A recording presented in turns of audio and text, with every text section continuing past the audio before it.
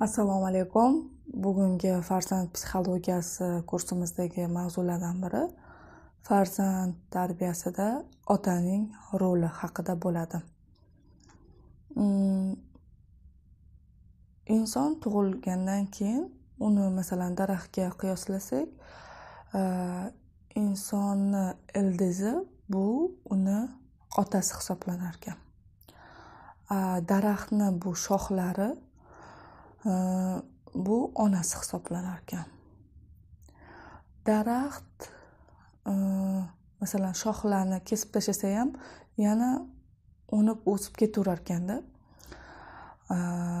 Lekin ildizi, ya'ni otani hayotda insondan olib qo'yilsa, xuddi daraxtga o'xshab ildizi yo'q daraxt ko'karib o'sib ketishi mumkin emas.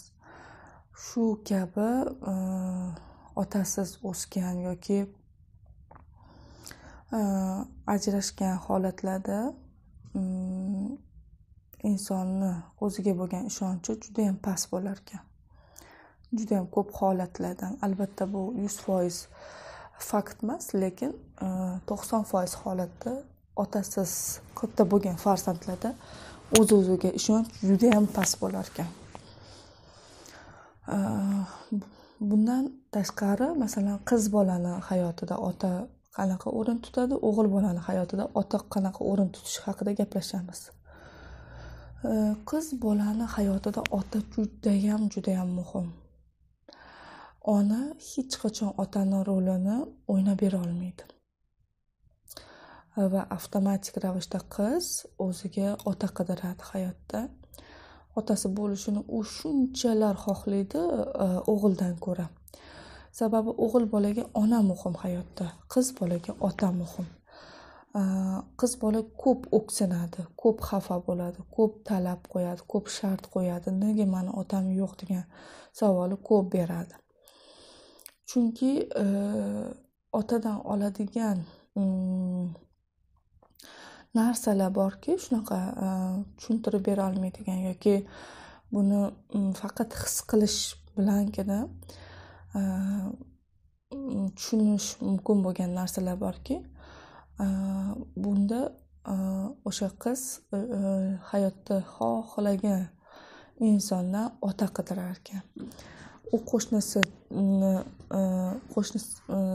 qo'shni erkak bo'lsa ham, tog'a bo'lsa ham, amaki bo'lsa ham, hattoki turmushga chiqayotganda ham o'zidan juda katta insonni ham tanlashi mumkin ekan. Juda ham katta inson bilan turmushga chiqmasdan oldin muloqotda bo'lishi ham mumkin ekan. Shuning uchun jamiyatimizda ba'zi narsalarni, ya'ni biza ko'pincha masalan beva qolsa ayollar yoki ajrashsa, shuncha bola bilan nima qilaman erga tegib, endi shularni orzu havasini ko'rib, endi shular uchun yashaydi, ko'pincha turmushga chiqilmaydi. Bu noto'g'ri narsa. Sababi farzandda o'zini yo'li bor. Har bir insonni o'zini tanlovi bo'lishi kerak. Hech qachon hech kim uchun yashashi shart emas hayotda. Kimdir farzand uchun yashaydi va farzandlar aks ettirish qonuni asosida ota-onani tark etadi va ota-onani tark etganda onalarga juda ham og'ir botadi. Men ular uchun yashagandim, men ular uchun turmush qurmagandim, mana munosabat degan ichidagi pretenziyalar, shartliliklar ko'tarilib ketadi. Farzand hech qachon men uchun turmushga chiqmang deb aytmaydi. Men uchun yashang deb aytmaydi. Nima bo'lganda ham insonning o'zini tanlovi bo'ladi. Shuning uchun farzandlar uchun ham ota juda ham muhim hisoblanadi. Otani bilan qiz bola qanchalik munosabati yaxshi bo'lsa, ham emotsional, ham jismoniy, shuncha farzandi, ayniqsa qiz bolani o'zini kelajakdagi turmush o'rtog'i bilan munosabatlari shuncha yaxshi bo'lar ekan. Ota bilan juda ham muhim qiz bolani ko'p quchoqlashishi, ota bilan bemalol baryersiz, bosimsiz, bir qattiq nazoratsiz munosabatga kirishi juda ham muhim. Agar bunaqa munosabatda, bunaqa qo'rquvda u turmush o'rtog'ini ham xuddi shunaqa xarakterdagi insonni o'ziga tortib oladi va buni oqibatida bo'lajak turmush o'rtog'i bilan ham munosabatlarda kirishish, munosabatlarda baryer doim qanaqadir to'siqda his qilaveradi. Shu uchun qiz bolani yoshligidan adangga yaqinlashma, adangdan nari tur, adang charchab kelgan, o'zsan yetmay turuvding, uyat bo'ladi deyaverish kerak emas. Qancha qiz bola ota bilan yaqin bo'lsa, u biladi erkak psixologiyasini, erkakka nima yoqishini, erkak bilan qanaqa munosabat, kayfiyati yomon kelganda nima deyish kerak, kayfiyati yaxshi kelganda qanaqa kutib olish kerak, hammasini o'rganish kerak qiz bola yoshligidan. Va ona ruxsat berish kerak. Ruxsat berish kerak turmush o'rtoq bilan qizlarni yaqinroq bo'lishiga o'g'il boladan ko'ra. Agar shunaqa bo'lsa hayotingizda bu norma hisoblanadi. Siz o'g'il farzandlaringiz bilan ko'proq yaqin bo'lishingiz kerak. Shuning uchun qiz bola mavzusini, demak qiz bola hayotni erkaklarni через otasini ko'zi orqali ko'rar ekan. Oilada ota juda ham pishiq bo'lsa, ziqna bo'lsa, xasis bo'lsa, u qiz uchun butun dunyodagi erkaklar xasis, butun dunyodagi erkaklar qo'rqoq, ziqna yoki qo'pol bo'lsa, urushadigan bo'lsa, urushqoq, shunaqa his-tuyg'u bilan qaraydi butun dunyodagi erkaklarga.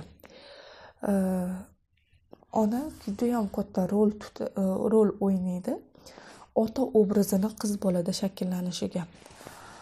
Agar siz ertalabdan kechgacha eringizni yomonlab, eringizga bo'lgan nafratni farzandlaringizdan alamini olib, farzandlaringizga yomonlab, uni eringizni qadri, sha'nini pastga tushiraversangiz, bu bilan siz ularni ham hayotdagi taqdirini o'zgartirib yuborayotganingizni hisobga olishingiz juda ham muhim. Siz har turmush o'rtog'ingizni yomonlaganingizda, farzandlaringizga yomonlamaganingizda ham, o'rtoqlaringizga telefon orqali yomonlaganingizda ham farzandlar buni his qiladi. Hattoki yomonlamagan taqdiringizda ham, lekin siz turmush o'rtog'ingiz bilan munosabatlarni yaxshilash ustida, o'y fikrlaringizni tozalash ustida ishlamasangiz, farzandlaringizni hayotida albatta xuddi o'zingizga o'xshagan turmush o'rtoqni ular ham uchratadi. Shuning uchun turmush o'rtog'ingizni farzandlaringizni oldida ovoz chiqarib maqtang. Voy, adingni qara zo'rligini. Voy, ading faqat shunaqa qahramon qilib qo'ying o'zingizga adinglarni. Masalan, oilada adinglar turmush o'rtog'ingiz sizlar uchun eng katta bir avtoritet bo'lish kerak. Faxrli bo'lish kerak, geroy bo'lish kerak, qahramon bo'lish kerak. Vot, ading qila oldi. Молодец, zo'r dey o'zi ading. Ading seni shunaqa yaxshi ko'radi deb. Turmush o'rtog'ingiz hamma narsa olib keladi uyga. Lekin turmush o'rtog'ingiz bilmaydi kim nima yaxshi ko'rishini. Siz ayta olishni biling. Mana bu qizingizga bunaqa narsa oling. Mana qizingiz bu narsani yaxshi ko'radi. O'g'lingiz bunaqa narsani yaxshi ko'radi deyish bu sizning vazifangiz. Turmush o'rtog'ingiz olib kelmasa ham aytavering. Olib kelgan paytda o'shani gupirtirib gapiring. Qara, ading sen uchun olib kelibdi. Qara, seni yaxshi ko'rishingni biladi-de. Siz ayta ko'rmang. Men aytdim-de. Men aytganim uchun olib keldi deya ko'rmang. Doim shunaqa ayol kishi ayyor bo'lish kerakki, oilada shunaqa bir chiroyli muhit hosil qilish kerakki, xuddi eringiz podsho, siz uni vaziri, farzandlaringiz bu xalq bilan podshoni uluydigan narsa bu vazirlar yoki va o'sha vazir aqlli bo'lsagina o'sha yurtda tinchlik osoyishtalik bo'ladi. Lekin vazirlar unga gijgijlab bunga gijgijlab uni bunga qarshi qo'ysa, albatta farzandlar ham g'alayon ko'taradi. Farzandlar ham uyni tark etgisi keladi. Nima qilib bo'lsa ham chiqib ketgisi keladi. Farzand 12 yoshda oiladan qochib ketishi, oilada yashagisi kelmasligi bu judayam siz ishlashingiz kerak bo'lgan narsa. Ya'ni farzandlar oilada onani yo'qotib qo'yishgan. Ota oilada judayam muhim o'rin tutmaydi. Qaysi ma'noda? Ota ko'proq moddiy tomonlama ta'minlanishi zarur. Lekin oilada ona ruhiy tomonda iqlimga javob beradi. Issiqligiga, uyutni, ya'ni shinamligiga, uyga talpinishiga, uyda quvonch, xursandchilik bo'lishiga faqat va faqat ona javob beradi. Urushqoqlik, konflikt, janjal bu oilada sevgini yetishmayotganda hisoblanadi. Agar sizni oilangizda bahslashish ko'p bo'lsa, turmush o'rtog'ingiz bilan urush ko'p bo'lsa, bu ustida ishlashingiz kerak, psixolog bilan ishlashingiz kerak. Va urushqoq inson yo'q hayotda. Umuman urushqoqlik bu ham sun'iy tushuncha, sun'iy tarbiya. Urushqoqlik yo'q, faqat sevgi yetmayotgan inson bor. Kimdir sizga agressiya ko'rsatdimi? Kimdir sizga baqirdimi? Tanbeh berdimi? Shart qo'ydimi? Demak, u insonga sevgi, mehr yetishmayapti. Bir marta bo'lsa ham aytib ko'ring, sevgingiz bilan, mehringiz bilan. Men bilmabman. Siz bilasiz. Yaxshiyam siz borsiz. Farzandlaringizga ham agressiya qilayotganda ularga aytib ko'ring. Shirin o'g'lim, men shuncha bilmagandim. Shunchalik senga mehr yetmayotganini anglamagan ekanman. Seni ichingda shunchalik baqirig'ing bor ekan. Shuncha paytdan beri aytmay yurgan ekansan. Seni eshitmaganim uchun sendan kechirim so'rayman deng, lozim topsangiz. Va eshiting uni qalbini hurmat qilishga harakat qiling. Otasiz o'sayotgan farzandlarga ko'proq mehr kerak, ko'proq e'tibor kerak. Albatta siz otaning rolini o'ynay olmaysiz, qiyin bu juda, lekin baribir harakat qilishingiz kerak. Otasi yo'qligi sababli ko'proq ular bilan gaplashishga, mehr berishga, hayotda ko'p anglashga, ko'p tushunishga, lozim topsangiz o'zingizga turmush o'rtoq qidirishga, o'zingizga mos inson bilan turmush qurishga harakat qilishingiz kerak. Endi o'g'il bolaning tarbiyasida otaning roli. Agar o'g'il bolalarda hayotida ota bo'lmasa, ular tez otalikni qo'liga olishga to'g'ri keladi. Bolalar tez ulg'ayadi, tez mas'uliyat his qiladi. Hayotda bolaligini ko'proq yo'qotishiga to'g'ri keladi. U otasi yo'qligi sababli, moddiy tomonlama oilani ta'minlash kerakligi sababli u ertaroq kasb hunari egallashiga, ko'proq pul topishiga harakat qilishga to'g'ri keladi. Buni yaxshi va yomon tomoni yo'q, lekin farzand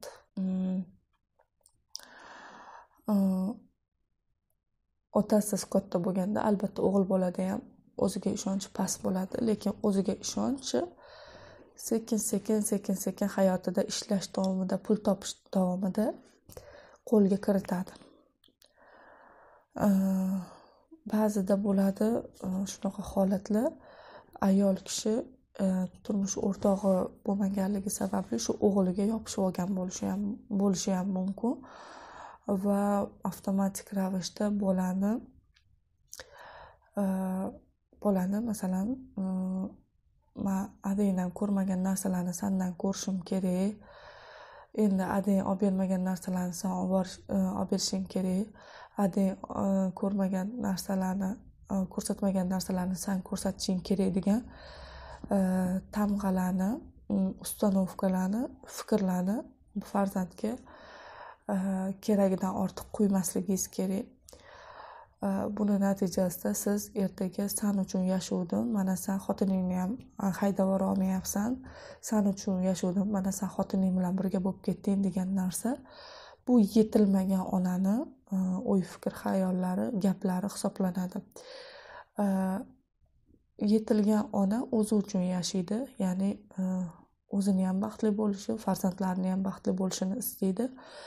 Faqat mehr yetmayotgan, ongi juda tor ayolgina man san uchun yashuvdim, endi san shunaqa bo'lib ketding, san qo'ymayapsan, san mani olib bormayapsan, menga qilmayapsan, kelinim xizmatimni qilmayapti degan narsalar faqat juda ham ongi tor ayolgina talab qiladi. Shu uchun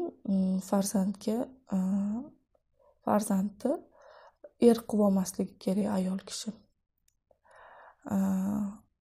Har qanaqa oilada bitta erkak yetadi, har qanaqa oilaga bitta xazayka, ya'ni beka yetadi. Nimaga qaynona kelin chiqish olmaydi? Chunki kelasi ham men uyi xazaykasiman, men uyi bekasiman deb o'zini his qiladi. Albatta kelin kelgandan keyin uy hamma narsani, ya'ni oshxona yoki umuman kelin his qilishi kerak bo'lgan narsani unga berish kerak va qaynona doim o'z ustida ishlashi, rivojlanishi zarur. Iloji bo'lsa ishlashi kerak. Kelin o'zini o'sha uyda yaxshiroq yana ham his qilishi uchun, yaxshiroq o'sha uyga moslashib ketish uchun baribir qaynona ming yaxshi bo'lsa ham, ming yordam bersa ham baribir qaynona degan obraz bizada o'sha nazorat, bosimni anglatadi. Shu uchun hozirgi kunda kelinlar xonasidan chiqmasligiga eng katta sabab o'sha qaynonani bosimi, qaynona degan narsani shartlari hisoblanadi. Shu uchun yolg'iz ona tarbiyalayotganda faqat shu bolasi uchun yashamaslikka, o'zi uchun yashash va o'zi baxtli bo'lishi, o'zi xursand bo'lishi va shu xursandchilikni avtomatik ravishda o'g'liga bera oladi. Lekin san uchun yashuvdim, san uchun yemay yedirdim, kiymay kiydirdim degan his-tuyg'u farzandni ham rivojlantirmaydigan, farzandni ham o'stirmaydigan his-tuyg'u hisoblanadi. Bugungi ma'lumotlarim mana shulardan iborat. O'zingizlarga ahamiyat beringlar. Farzandinglar bilan munosabatda u sizlarga hech narsaga majbur emas. Farzand sizdan hech qachon iltimos qilmagan, meni dunyoga keltiring deb siz o'zingiz uchun yoki turmush o'rtog'ingiz ham hatto iltimos qilmagan. Siz o'zingiz uchun qaysidir ma'noda el yurt uchun, el yurtga o'zingizni ko'rsatish uchun farzandni dunyoga keltirgansiz va farzand sizni qo'lingizda tarbiyalanib o'sgani uchun bu degani qarzdor degani emas. Shu uchun harakat qiling, farzand tarbiyasida otani mavqeini joyiga qo'yib qo'ying. Ota obrazini chiroyli namoyon qilib qo'ying. Otani qahramon, geroy obrazida shakllantirib qo'ying. U atrofdan qahramonlar, geroylar qidirmasin. U xud masalan eringiz sizni tashlab ketgan bo'lsa ham, sizlarga nomardlik qilgan bo'lsa ham, lekin erkak kishi haqidagi obrazni farzandga yaxshi singdirishga ahamiyat bering bugundan boshlab. O'shandagina farzandlar o'zini keyingi hayotida ham turmush o'rtoq bilan, erkak munosabatlari bilan o'zi ota sifatida shakllanishida ham juda ham bu o'y fikr xayollaringiz, sizni duolaringiz, sizni fikrlaringiz juda ham ularga ijobiy oila qurishga sabab bo'ladi. Mana ma'lumotlarim mana shulardan iborat. Sog' bo'linglar, salomat bo'linglar. Keyingi audiolarda sizlar bilan ko'rishguncha xayr.